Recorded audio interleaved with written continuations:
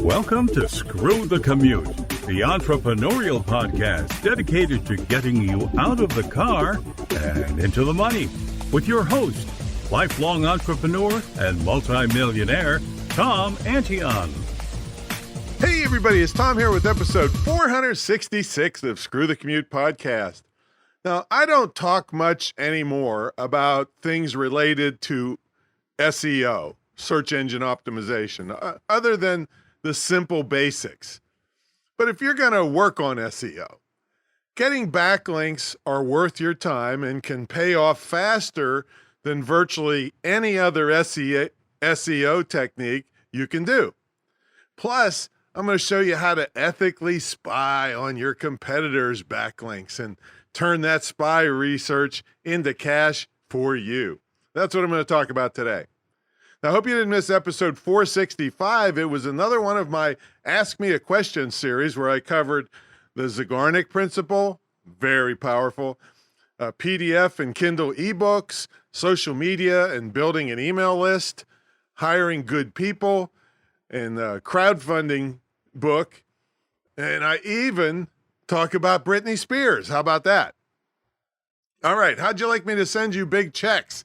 Well, if you're in my affiliate program, I do, and I will, if you refer me for my products and services. So give me an email at tom@screwthecommute.com if you're interested, and we'll see how we can send you lots of money. Now, grab a copy of our automation ebook at screwthecommute.com/automate free. You will thank me if you just implement even a portion of these tips and tricks in this book that have allowed me to handle up to 150,000 subscribers and 65,000 customers without pulling my hair out.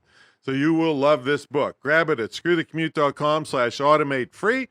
And while you're over there, pick up a copy of our podcast app at screwthecommute.com/app. That's APP. Now, we're right in the middle of this great, wonderful, super duper, magdelicious, I don't know if that's a word, program to help people with physical disabilities go through my school where they can learn remotely and they can get paid remotely and work remotely. So please check that out at imtcva.org/disabilities. That's the plural version, and that'll be in the show notes. And then click on the crowdfunding campaign. Check out the people that are in the program so far. We're going to be using some of the money from the GoFundMe campaign to hire people with disabilities to help run the program. So it's just a wonderful thing that you can participate in to help change someone's life for the better. So please give whatever you can. If you're really flush with cash, you can sponsor a person yourself. How about that? So check with me at tom@screwthecommute.com if that interests you. All right, let's get to the main event, backlinks. But let me first give you a little of my history with SEO, or search engine optimization. This is where you do things to try to get your site to come up higher in Google searches. I was taught by the best of the best at the time, Michael Campbell, and he could get all 10 slots for himself and his clients without cheating, I might add, in Alta Vista, which was the big deal at the time. And after he taught me, I could get 4 to 6 of the first page results for both Alta Vista and then when Google came along. And then I'll tell you a little bit later about what I was able to do with Google. But it was pretty crazy back then. Getting keywords in your domain name was really important. I remember purchasing domain names like public-speaking.com. You could stuff keywords all over your page and make them the same color as the background so people couldn't see them, but the search engines could. You could just trick the search engines like crazy. You could get thousands of fake backlinks, which we're going to talk about today, to your site, making it look like everyone in the world just loved you. Then the search engines evolved and started penalizing or banning people pulling what are called black hat techniques. Just the things that I just mentioned would be considered that. Even then, I was so good because of Michael Campbell at white hat techniques. That's the legitimate things you can do. I was the top 1, 2, or 3 on Google for 12 years straight on major keywords. But then guess what? Yet again, the search engines evolved and the competition at least quadrupled to where probably about 6 years ago, I quit anything but the basics of white hat SEO because it just wasn't worth the time and effort to do the things necessary for high rankings. And even if you got good results, Google could turn one dial and you disappear off the face of the earth. I remember on various Google updates, fairly large companies that relied on SEO had to lay off hundreds of people and eventually went out of business. This is why I went to paid traffic probably 6 years ago. See, with paid traffic, you could turn on and off highly targeted traffic within a day or so. Sometimes in the same day, you can test 10 different ads to see which ones pay off and you can cancel the rest. But anyway, I know some of you are still enamored with the SEO companies wooing you with great riches if you just hire them for 6 months to a year. So this episode is going to concentrate on one very specific aspect of SEO that probably gives you the biggest bang for your buck and return on your investment of time and effort. Plus, most SEO stuff takes many months to see any results. This technique of backlinking can literally pay off the same day. So let's take a look at it. First of all, what is backlinking? That's when some other website puts a link on their site leading to your site. The reason I say this can pay off the same day has nothing to do with SEO. So let's say some popular blog accepts a guest posting from you. In other words, you write a blog post and give it to the popular site where they post it so all their visitors can read it. The day it goes up, hundreds or even thousands of people can read your posting. And usually at the end, there's info about you, the author, and a link to your website. That means the day your post goes up, you could get hundreds of visitors from that link. Okay, that's instant traffic, but what does backlinking have to do with SEO? Well, first of all, I always call Google and the other search engines similar. I call them like the Wizard of Oz, right? They know all and see all. Oh, see, when another website links to you, Google sees that.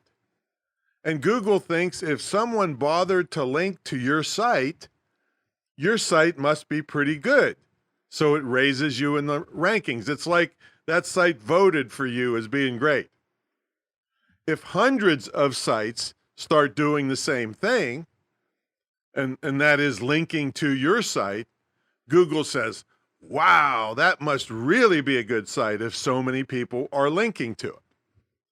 But here's the caveat. All right, if all the sites linking to you are spammy, rotten, pitiful sites, and of course Google knows if they are because they know all and see all, Google says to itself, well, if only rotten, pitiful sites are linking to you, you must be rotten and pitiful, right? So they lower your ranking. If Google thinks you paid someone, maybe like on Fiverr, to get you thousands of backlinks and they were all pitiful, Google may just ban your site. You'll never see the light of day. So what does this tell us? The better and more highly respected sites that link to you, the better you look to Google and you get a higher ranking. If only bad sites link to you, the worse you look to Google and you get a lower ranking or maybe even banned. Now, links have different values. Let's say you get a link back from the Wall Street Journal because they did an article about you or mentioned you significantly in an article. That link, in the eyes of Google, may be worth 1,000 times more, like 1,000 votes, more than a link from some new low content and low authority blog. Also, some links are more valuable because they are considered much harder to manipulate. And of course, in a moment, I'll tell you how to manipulate them. All right. But if you get a link from a .edu, see, they're regulated. Everybody can't get a .edu, a .gov and a .mil for military. So here's how you manipulate a .edu. Many schools give the students a modest amount of web space they can do whatever they want on. You could give a college kid a pizza every month to put a link on his school web space back to your site. There, you just got a link back from a .edu. Now, another way that works for .edu, .gov, and .military is to do some work for any of those entities and provide a resource page they put on their website for their employees, students, soldiers, whoever. Now, if those ideas work for you, that's great. But if you don't have any connections to school kids or doing work for schools, governments, or the military, no problem. You can concentrate on getting well-respected sites to link to you. But before you do, I want to introduce you to the concept of anchor text and how it can help you.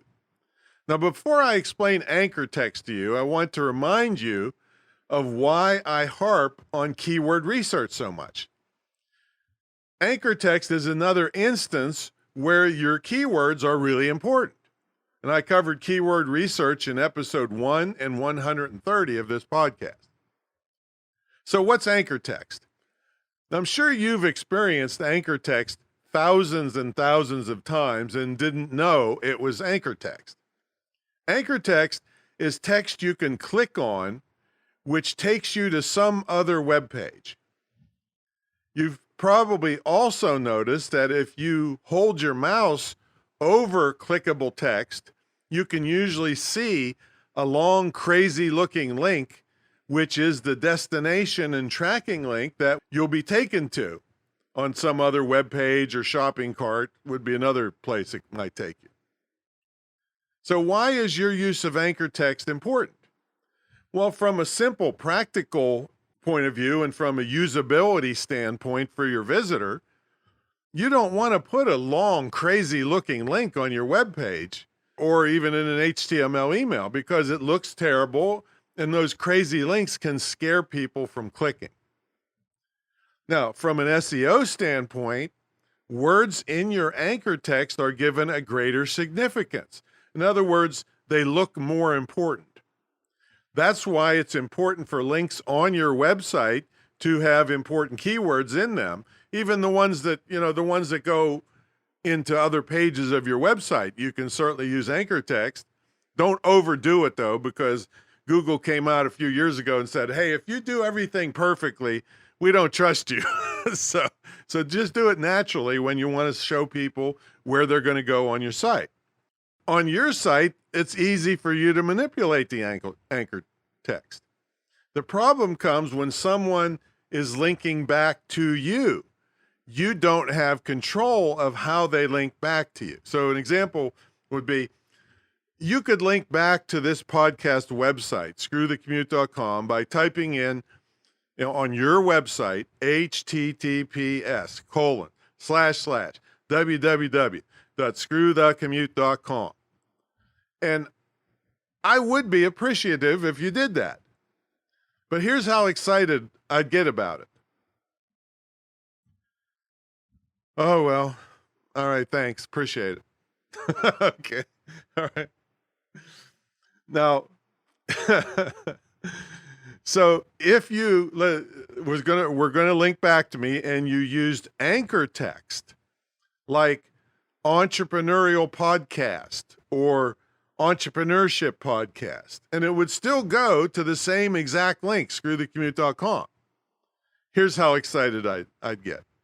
Thank you, thank you, thank you. Yay, thank you, thank you, thank you. I really appreciate it. You're the greatest. All right, so because you used anchor text in your site leading back to my site, it made the link way more valuable to me. Now, if your site had high traffic and was a highly respected with a high authority rating with Google, here's how excited I get. Think about the last one, plus I'll give you money. I'll give you my firstborn, lastborn, all my dogs, So no, I wouldn't give you all my dogs, but that makes it even more valuable if it's got anchor text and it's coming from a really highly respected website. And throw in the fact that the highly respected website was relevant to your site. See, I'll take a news site because the search engines know that the Wall Street Journal or the LA Times, those are going to cover lots of different topics. But another type of link would come from a site that's related to your topic, and that gets more value to it. See, so all these things add up to value to you. It used to be quantity, just get thousands of links from everywhere, but that's long gone, folks, long, long gone. You want quality links from quality sites, and a few of them can be worth 1,000 times what 1,000 links from some other crap site can be worth. So what do you do if someone tells you they will link back to you? Well, all you really can do is suggest some anchor text that's important to you and hope that they use it. If they do, it's more valuable to you than just the link itself. Okay, the next topic is deep linking. We never want Google or any search engine thinking that we're pulling something fishy. Here's an example. Let's say you had a great blog posting, like I do on my school website titled, "Is College Really Worth It?" If some other college-related sites decided to link to that blog posting, do you think they would link to the home page of my school and tell people to search for the article? Heck no. That would be ridiculous. They would link directly to the blog posting. This is called deep linking. See, if all the links to your site just go to your home page, that looks really fishy to Google, and you go down in the rankings.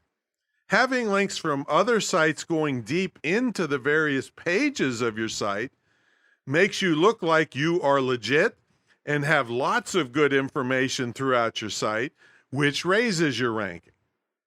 And I'll have some graphics to show in the show notes illustrating deep linking. And the next topic is link balance. Link balance means you have links coming in from various types of sites. Maybe you have a bunch of .coms in your field or related to your field. Maybe some industry news sites. Maybe sprinkle in some .edus, .govs, and .militaries. Maybe there's associations in your industry that link to you. Research sites, community sites, discussion boards. And along with this, 50 links from 50 different websites that are good is worth more than 500 links from one site. So again, you want link balance. And if all your links are coming from one type of source, again, it looks fishy, like you purchased the links, which is a big no-no. And speaking of purchasing backlinks, it's generally not a good idea, and you'll get found out and likely banned from Google. However, I'm good at telling you the tricks of the trade, folks. There is one technique hardly anybody knows about, but now you're going to know about it because of good old Tom here. And that is purchasing, or actually renting an entire page on a respected site. Now, this could cost you a few bucks, but it would not look fishy, and you can control the anchor text. And here's another thing, the placement of links on the page, which is my next topic. See, all things being equal, the higher up in the HTML code and usually displayed on the page the backlink is, the more valuable it is. The lower, the less valuable. And if it's in a sidebar, that's not as valuable either because it's just repeated on every page. All right, now let me tell you another thing you should know about is do follow and no follow. You'll see these terms when people are talking about linking. A do follow link means the link is structured so that it's telling the search engine, yes, we really believe in this other site, and we're sending some of our authority to that site. And you can go follow this link, go over there, and we're vouching for them. All right, that's like the layman's explanation. All right. A no follow link is better than nothing, but it's not as good as a do follow link. A no follow link actually has a link to you just the same as the other link, except it's telling the search engines, listen, we're not sending any of our authority to this other site. It's just informational. And so don't follow this link. Okay. So it's not going to help you with the search engines, but it still could help you with visitors from that site clicking on it and coming to your site. So don't complain if all they offer is a no follow link. It's better than nothing.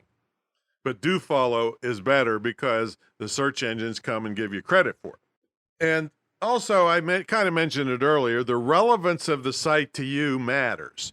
So if it's related to you and there's a lot of other information about your topic and your industry, and you get a link from that site, it's worth more than some totally unrelated site that links to you. You'll take the link from the unrelated site, maybe. See, there's a way to what they call disallow links. And I'm going to tell you also in a minute about how something where your competitor can really come after you and try to ruin your linking strategy. Okay, the relevance is that it's related to your topic. Authority means that it's thought of really highly by Google and the search engines. So when you get those sites linking to you, that's very valuable. And then also, one other topic I should tell you about is the natural speed of links. So you want all your backlinking to look natural to Google. Anything that looks fishy is going to hurt you. So a brand new site doesn't instantly get millions of links unless it's some national brand or something like that, and major ad campaigns, and that's a different category. But if you put your site up and then all of a sudden 1,000 people link to it from a bunch of spammy sites, the whole project is done. You're banned, you're done. It's ridiculous. So even if you're doing a link building strategy based on the information I'm giving you today, you don't want, now when if you have a brand new site, you can go a little harder and build links. But once you have an established track record of your link, the number of links and the quality of links coming into your site, and then all of a sudden 1,000 of them come in from out of the blue, that looks really fishy. So once you get your link strategy going on, it's a long-term strategy, but it pays off really big because these links pretty much last forever, most of them.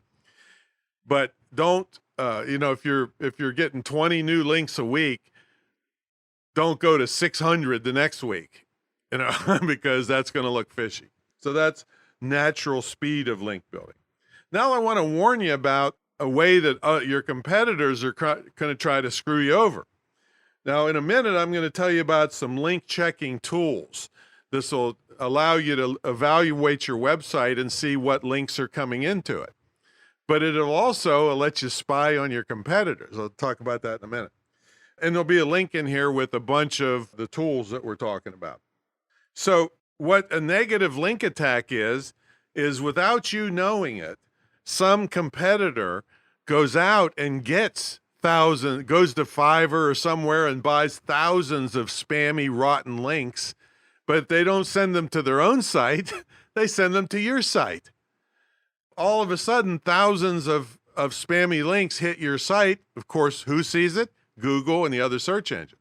Now, this technique has become known, and so Google is not going to instantly ban you. But if it appears that it generated from you, they probably will.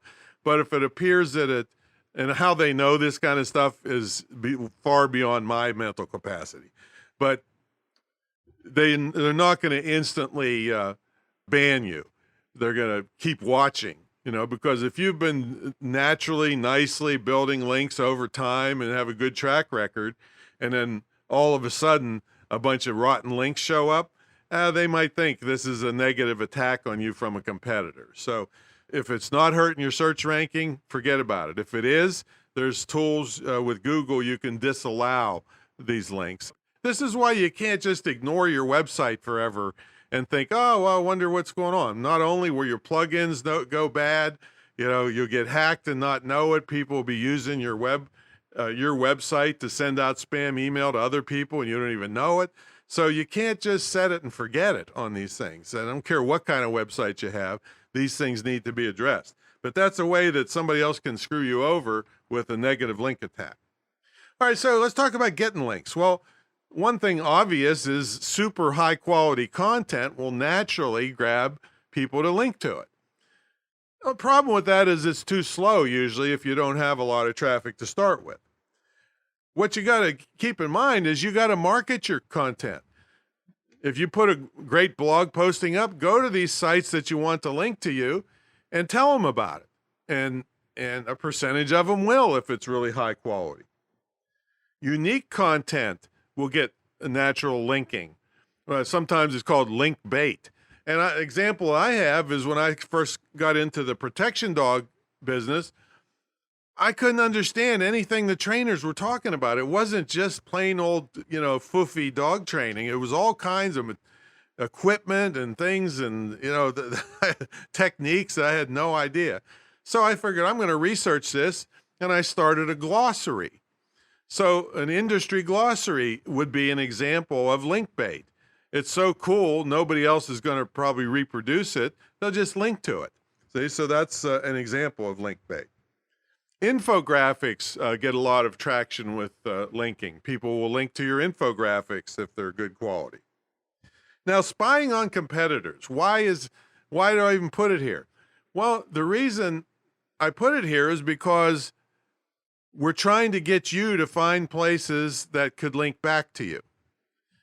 Well, if you go to your competitors and you use link analysis tools to find out who's linking to them, that's the first place you go to offer content that those people will link to. They already linked to somebody like you. Not that your competitors just like you, but it's just if it's the same topic. So it makes it easy for you to have a starting place of where to go. If your competitor has 3,000 backlinks, there's 3,000 people out of the billion websites that now you can attack directly instead of, or contact directly instead of trying to just figure it out on your own. So that's why it's worthwhile to, and also it gives you a benchmark. Like if they're coming up high in the search rankings, a great deal of it has to do with these backlinks. So you can see, well, in my industry, the top 5 competitors have an average of 12,000 backlinks coming in. Well, that's what you got to shoot for. Maybe in less popular categories, it's only 2,000 or something like that. And these aren't hard. When I give you these numbers, these aren't hard to get if you do the things I'm telling you here and work on it. But it takes a little bit of time. But the great part about it is like I said, they almost last forever. So this good glow about your website can carry you for years and years and years. Okay, so I'm going to have a link in the show notes. It's called 5 Tools to Spy on Your Competitors' Backlinks. But I'm going to give you some now. SEMrush, Ahrefs, Ahrefs, Moz, M-O-Z, BuzzSumo, and Majestic SEO. But they'll be in the show notes. And if you don't want to buy any, and most of these are paid tools, by the way. A lot of them have free trials.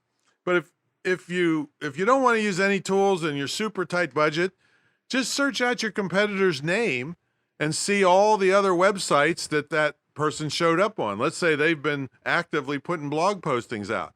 Well, you'll see all the blog postings and all the blogs that accepted their blog posting, and that's who you contact to get them to accept your blog posting. See?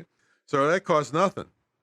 Now, I don't want you to think that backlinks are the only thing that Google looks at. But if you were going to spend some time on SEO, this is the place to do it because, like I said, you can get instantaneous results and the results last for a long, long, long, long time. See? So backlinks, if you were going to fool with SEO at all, that's what you do. Now, I'll be glad that I didn't even give you all the deep details here. There's a lot of other details to this, but my students certainly get all the details in my mentor program, but I'm not pushing that now because I really want you to pay attention to this program we have, the GoFundMe campaign for people with disabilities. And, it's something that takes us 15 minutes to do, jump in the car and run to 7-Eleven. Man, that could take, a disabled person a couple hours to get all the stuff they need to do to make that happen. And boy, that's a hard way to go through life. So that's why I decided, hey, I'm going to help these people out, get them hired, get them educated with techniques that are in high demand in the marketplace. Every business on earth needs these skills that we teach. And so I'm going to help change these people's lives, but I really need your help to make it happen. So visit imtcva.org/disabilities. Click on the GoFundMe campaign. Anything you contribute is great. You'll see these people and the things that they're facing so far, at least. We haven't placed all 5 people yet, but we have 2 that are making great progress and really, really excited about changing their lives. All right, everybody, catch y'all on the next episode. See you later.